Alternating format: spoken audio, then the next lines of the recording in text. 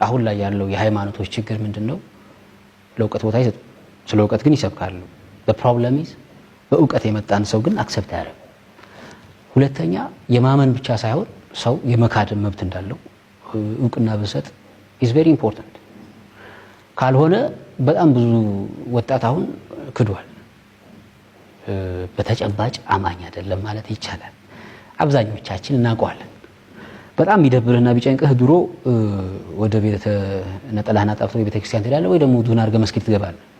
አሁን ምንም ስሜት አይሰጡም። አብዛኛው ወጣት ብታየው ወይ የሆነ ሳይኮሎጂስት ካለ ወይ የሆነ ፈላስፋ ወይ የሆነ ተራራ ስር ሄዶ መቀመጥ ይመርጥ ካልሆነ በስተቀር ሜዲቴሽን ወይ ምናምን ብሎ የሃይማኖት አባቱ ነፍሱን ያረካልኛል ብሎ የሚያስበው ወጣት ምን ያህል የምናውቀው። ሃይማኖቶች ለሚያምን ብቻ ሳይሆን ለሚክድም እውቅና በመስጠትና በኮንፊደንስ ላይ በእውቀት ላይ መመስረት ሲችሉ ለሞራልም ቦታ ማግኘት እንችላለን።